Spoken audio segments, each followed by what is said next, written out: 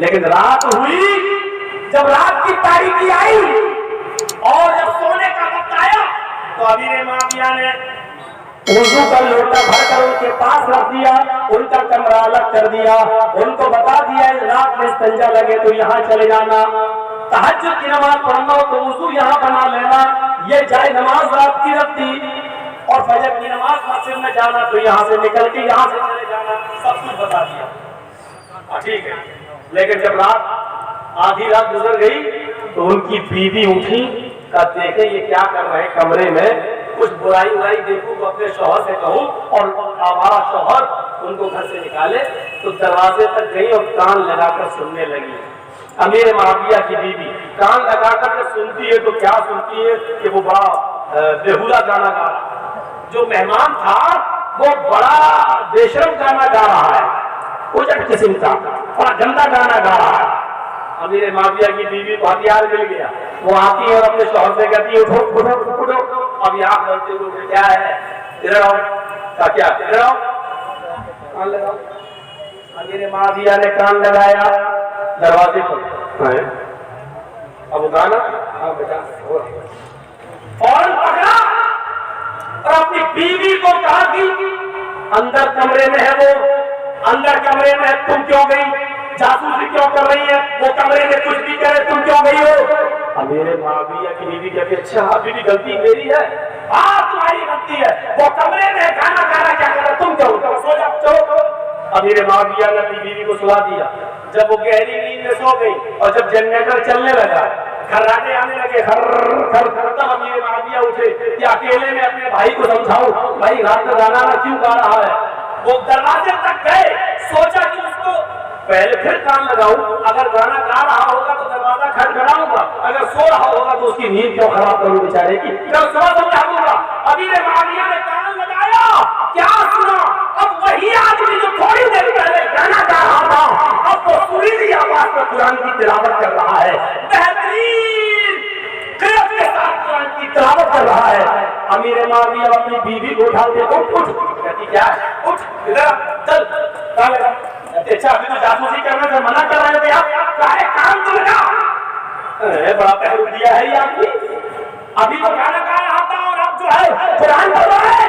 امیر معاویہ اب آپ نے کیوں جاسوسی کی؟